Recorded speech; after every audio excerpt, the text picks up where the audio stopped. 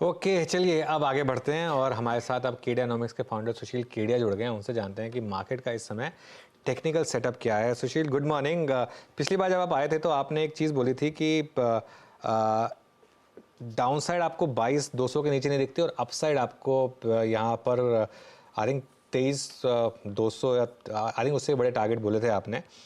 अब क्या करें इस मार्केट में कि एक रनवे ट्रेन की तरह चल रही है? तो पीसीआर से अनुरोध है मेरे लैपटॉप की स्क्रीन को शेयर करें। और अगर आपको ये निफ्टी की आवरली चार्ट अगर डिस्प्ले हो रही है, देखिए ये ऊपर की रेजिस्टेंस लाइन से घूम जाता है, नीचे की सपोर्ट लाइन से बढ़ जाता है। अब हम ऊपर की रेजिस्टेंस लाइन के करीब ही हैं, 300 पॉइंट की जगह यहाँ हो गई। और बैंक निफ्टी की चार्ट अगर यहाँ दिख रही है तो एक इंटरिम रेजिस्टेंस है इस बीच में। देखिए बैंक निफ्टी और निफ्टी 2-4 दिन आगे पीछे आउट परफॉर्मेंस अंडर परफॉर्मेंस करते रहते हैं, तो हो सकता है अगले 2-3 दिन में थोड़ा सा बैंक निफ्टी हल्का फुल्का झटका दे और बाकी के जो सेक्टर्स है वो निफ्टी को और पुश करे और लास्ट में ग्रैंड फिनाले मारने के लिए बैंक निफ्टी भी अगर 50,800-600 तक जाए, तब मैं देखिए बैंक निफ्टी पे डेली व्यू की चार्ट पे आ गया हूं। और कुछ लोगों को आपत्ति हो सकती है कि इतने बड़े कॉल क्यों सोचते हो। देखिए सिर्फ ट्रेडिंग करने वाली ऑडियंस एक लिमिटेड ऑडियंस है, ज्यादातर लोगों को इन्वेस्टमेंट करना है। तो इन्वेस्टमेंट होराइजन पे हमारा कॉल है अगले 6 महीने से 12 महीने के अंतराल में। ये जो super out performance bank Nifty ने दिया है पिछले 2 साल में, अब ये एग्जॉस्ट होने के पॉइंट पे आ गया है। और आने वाले 12 महीनों में दूसरे कुछ सेक्टर्स ऐसे होंगे जो सीरियस आउट परफॉर्मेंस देंगे और बैंक निफ्टी को हमारा अनुमान है काफी बड़ा अंडर परफॉर्मेंस देना है। तो 50,500-600 अगले 4-5 दिन में आ सकता है। उसके बाद अगर ये नीचे की ये येलो लाइन तोड़ देता है 47,000 के नीचे जिस दिन बैंक निफ्टी चला गया, तब हमारा ये इन्वेस्टमेंट कॉल ट्रिगर होगा कि पैसा बैंकों से निकाल के आईटी और एफएमसीजी में डाले। और हो सकता है अगले 1 साल में बैंक निफ्टी काफी बड़ा अंडर परफॉर्मेंस कर दे। सुन लिया आपका को बैंक निफ्टी ने रेड में आ गया एकदम से इंडेक्स। क्या ये देखिए, ये है इंट्राडे वॉलेटिलिटी एक्सपायरी वाले दिन की भी। पता है इंट्राडे चार्ट लेकर आइए बैंक निफ्टी का, एकदम से आज था वो 49,600 समथिंग वाला बैंक निफ्टी गिर कर आया 49,450 पर। आई थिंक ये चार्ट थोड़ा अपडेटेड नहीं है, इसको रिफ्रेश करिए क्योंकि ये ऑलमोस्ट रेड में आ गया था, तो उस लाइन तक आना चाहिए। और अब खैर वापस हल्का सा ग्रीन में आया फिर 100 पॉइंट ऊपर। काफ़ी इंटरडे वॉलेटिलिटी की एक्सपायरी का कमाल इस समय। सुशील, पिछले जो हमारा इंटरेक्शन था उसमें आपने एक और चीज़ कही थी कि लोग एलआरएस का फ़ायदा उठाकर नैस्डैक लिस्टेड स्टॉक्स में इन्वेस्ट करें। एप्पल और टेस्ला की बात की थी आपने, वो काफ़ी करेक्ट भी हो चुके थे। अच्छा बाउंस बैक देखा हमने इन स्टॉक्स में। क्या यहाँ पर ये जो पिछले 5 साल का ट्रेंड है, ये मेगा ट्रेंड अभी भी इंटैक्ट है? मेगा ट्रेंड किसका? नैस्डैक का? नैस्डैक के स्टॉक्स का, एप्पल का, ये टेस्ला, एनवीडिया। तो देखिए ये जो सेक्टर रोटेशंस हैं, स्टॉक रोटेशंस हैं, ये पूरे वर्ल्ड में है। तो आप मान लो कभी कोई बफेट डिनर खा रहे हो, तो फर्स्ट राउंड में आप प्लेट में 5, 7, 8, 10 आइटम डाल लेते हो और उसको चखने के बाद जब मजा आ जाता है कुछ 3-4 आइटम में, सेकंड राउंड में आप 3-4 ही खाते हो और लास्ट फिनाले आपका डेजर्ट होता है। तो टेस्ला और एप्पल मेरे हिसाब से इस करंट बुलिश लेग के डेजर्ट्स हैं। ये जो 5 दिन में 40% टेस्ला बढ़ गया और हमारा कॉल था डबल हो जाएगा, जो रिजल्ट्स खराब आएंगे, चार्ट वाले कुछ भी बोलते हैं, ठीक है, हम बोलेंगे लोग भी कुछ भी बोलते हैं। 40% जो 5 दिन में बढ़ गया, मुझे लगता है अगले 2-3 महीने में ये तो 100% बढ़ जाएगा और एप्पल भी 50% बढ़ जाएगा। पर हो सकता है जैसे कोटक में अचानक मार पड़ गई, तो अमेजन में अचानक मार पड़ जाएगी, माइक्रोसॉफ्ट में अचानक मार पड़ जाएगी। तो इंडेक्स बहुत कुछ छिपा रहा है और इंडिविजुअल स्टॉक्स में बड़े बड़े अपसाइड और बड़े बड़े डाउनसाइड, बहुत केयरफुल ना रहने वाले ट्रेडर्स को बढ़ती इंडेक्स में भी सफाया हो सकता है। नैस्डैक से लेके हमारी सेंसेक्स और निफ्टी तक के अंदर यही काम हो रहा है। तो जो मेगा ट्रेंड है वो एक बार के लिए फिलहाल बहुत वॉलेटाइल है और वॉलेटिलिटी का मेजरमेंट जो विक्स है वो भी काफी कुछ छिपा रहा है। तो 50% बढ़ने वाले टेस्ला में अचानक अमेजन एक दिन में 20% गिर जाएगा, उस तरह का बाजार मुझे सामने दिखता है। अच्छा, इस वॉलेटिलिटी में कितना कॉन्फिडेंस आपको बैंकों में, स्पेशली जो आईसीआईसीआई बैंक के नंबर्स के बाद कल जोरदार तेजी देखने को मिली थी। आई थिंक बिगेस्ट वॉल्यूम उस स्टॉक ने दिखाया था। यहाँ पर चार्ट्स क्या इशारा कर रहे हैं कि आज अगर विराम कर रहा है ये काउंटर, फिर आगे और जोरदार चाल दिखाएगा? देखिए, मोटी बात है कि अगर बैंक निफ्टी में 1001 पॉइंट तक की जगह दिखती है जो कि 2% है, तो इंडिविजुअल जो उसके कंपोनेंट्स है, कोई सा 3-4% भी बढ़ जाएगा। पर ये 2-2, 3-3% की ट्रेडिंग बहुत कम ही लोग कर पाते हैं।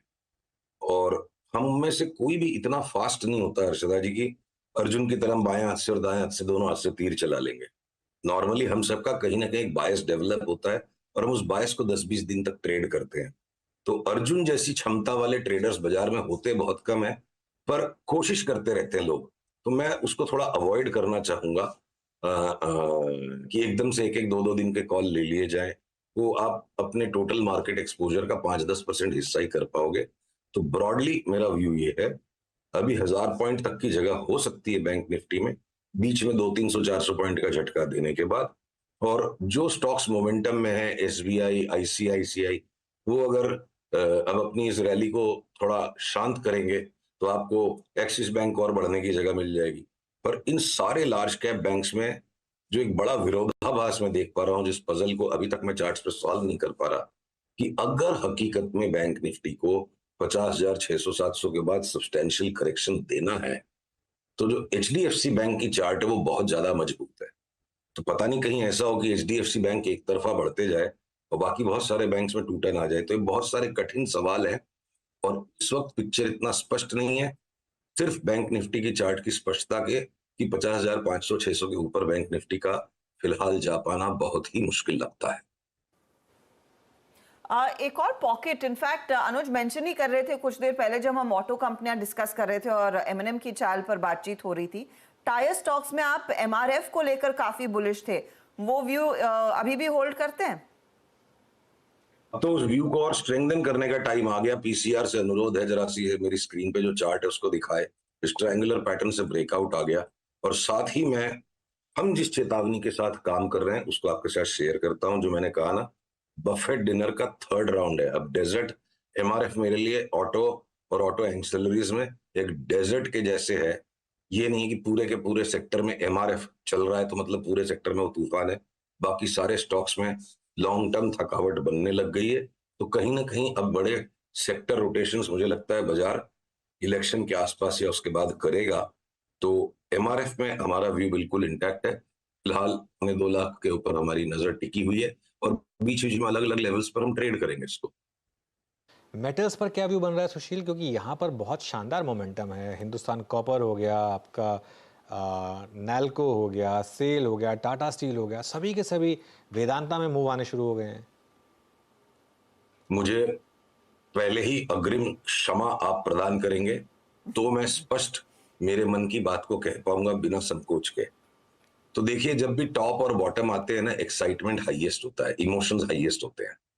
अंडरलाइंग मैं कॉपर की, एल्यूमिनियम की और जिंक की चार्ट्स को जब देखता हूं, तो मुझे चीख चीख के कह रही है कि हम तीनों के तीनों 2-5-10 दिन आगे पीछे 25-25% गिरेंगे। और जब ये अंडरलाइंग कमोडिटीज की चार्ट्स पे पीक आउट आ रहा है, तो इसी तरह का साथ में हिंडाल्को में एक नया हाई बन गया और हम बहुत बुरी तरह से ट्विटर पे ट्रोल हो गए। और हम जितने ज्यादा ट्रोल होते हैं उतना हमारा कन्विक्शन बढ़ जाता है, क्योंकि या तो ट्रोल कर लो या पैसे कमा लो। तो अगर हिंडाल्को वापस 450 हो जाएगा, या ये हिंदुस्तान कॉपर, देखिए 2025 के व्यू पे इस 25% डिप के बाद वापस एक नया हाई सारे बेस मेटल्स में आना चाहिए। तो 25% अगर बेस मेटल गिर जाएगा, 40% अंडरलाइन कोई स्टॉक गिर जाए, 30% गिर जाए, तो हम यही कहेंगे हम बहादुर नहीं है, हम कमजोर हृदय के लोग हैं। हमें 100 रुपए का मेटल स्टॉक नहीं लेना है एक्सेप्ट जीएमडीसी। जीएमडीसी एमआरएफ की तरह मेटल्स का डेजर्ट स्टॉक है, डिनर कंप्लीट है। और जैसे ही गेस्ट दरवाजे से निकलेंगे, जिस दिन सेल सिग्नल आएगा हम सबको शॉर्ट सेल करेंगे। 5 दिन 7 दिन हम रॉन्ग हैं, अच्छी बात है, हमें लास्ट का पैसा नहीं कमाना है। ओके, बिल्कुल। अच्छा, तो ये तो बात हो गई मेटल्स की। एक मेटल्स में रहते हैं, प्रेशियस मेटल्स पर आते हैं। आपने एक चीज़ कही थी कि गोल्ड और सिल्वर की अब पताल लोक की चाल शुरू होगी यहाँ से, मतलब बड़ी करेक्शन, वो इंटैक्ट है व्यू? देखिए, पीसीआर से अनुरोध है, ये मेरी स्क्रीन से गोल्ड की चार्ट दिखाएं। ये कॉमेक्स वाला इस चार्ट है। तो एक इनिशियल डिक्लाइन के बाद अभी जो फ्लैगिंग पैटर्न बना गोल्ड में, इसमें भी वापस आज नीचे का डाउनसाइड ब्रेकआउट आ रहा है, तो अगली चाल मेरे को गोल्ड में यहाँ तक दिखती है, फिर ये रिबाउंड हो जाएगा, फिर ये यहाँ आ जाएगा, फिर यहाँ आ जाएगा। तो हर रैली में गोल्ड को बेचिए। ताल्लुक तो मतलब समझिए साल भर में अगर गोल्ड कोई अनहोने नीचे के भाव पे आ जाएगा तो कोई बड़ी बात नहीं। मेरे को लगता है 1800 से जो इस साल की रैली शुरू हुई थी, जो लो था 1800 का, वो तो गोल्ड आसानी से तोड़ देगा ओवर ए टाइम। और अब देखते हैं साल के अंत तक ये 1600 तोड़ देता है, 1400 भी जा सकता है। तो ताल्लुक का मतलब है कि यहाँ से 30% अगर 35% सोना गिर जाए तो ताल्लुक ही हो गया फिर वो। ओके, बिल्कुल। स्टॉक्स में कोई और आपके रेडार पर जो एक दो अगर स्टॉक्स आए हो जो यहाँ से आपको लग रहा है कि अच्छा मोमेंटम देंगे? सभी सेक्टर्स में देखिए डेजर्ट टाइप की सिचुएशन है कि एक दो चीजों को खोजा जाए। पीवीआर पे जैसे हमारी पास में कई बार बात हुई है, अब पीवीआर को कोई दबा के बैठा हुआ है, काफी टाइम से दबा दबा के बैठा हुआ है। जैसे छूटेगा अगला पड़ाव सीधा 1510-20, फिर वहां थोड़ा करेक्शन देगा 1700। तो इंटरटेनमेंट में स्मूदेस्ट चार्ट पीवीआर की है। जी की चार्ट को देख के मुंह में पानी आता है, पर वो काउंटर पता नहीं किस तरह का हो गया, वो हिलता ही नहीं है, या सन टीवी नॉइज भी ज्यादा है। तो रिजेक्ट करते करते बाई डिफॉल्ट बचता है कि पीवीआर के अंदर अच्छा दांव लगा लो।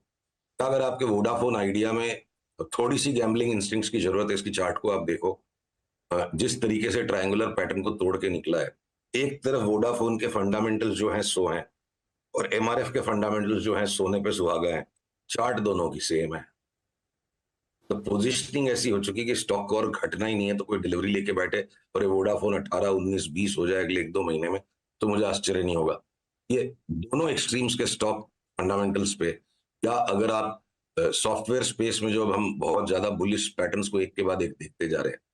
आज बिरला सॉफ्ट के रिजल्ट्स को लेकर के आपस में डिबेट है बहुत।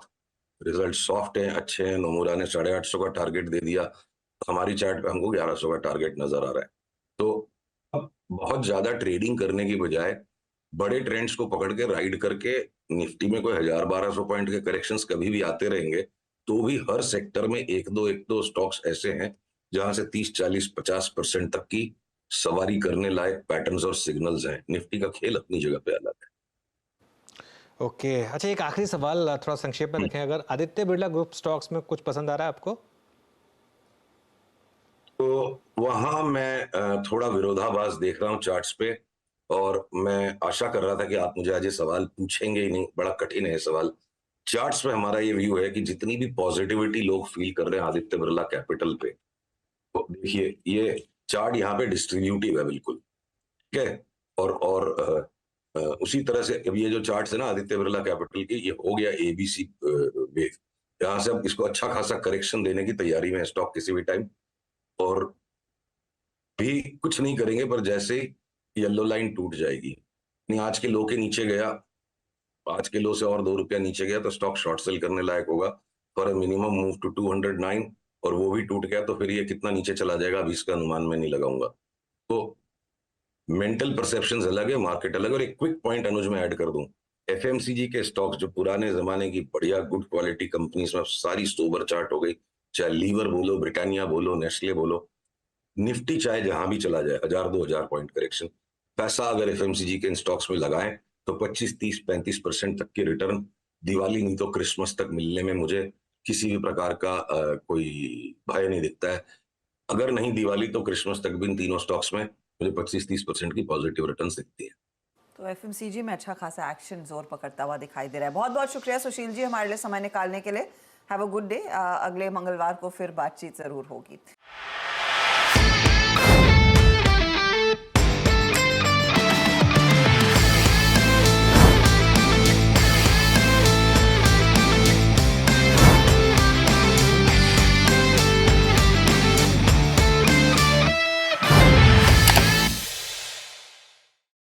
बता दें कि मनी कंट्रोल पर दिए गए विचार एक्सपर्ट्स के अपने निजी विचार होते हैं। वेबसाइट या मैनेजमेंट इसके लिए उत्तरदायी नहीं है। यूजर्स को मनी कंट्रोल की सलाह है कि कोई भी निवेश निर्णय लेने से पहले सर्टिफाइड एक्सपर्ट की सलाह लें।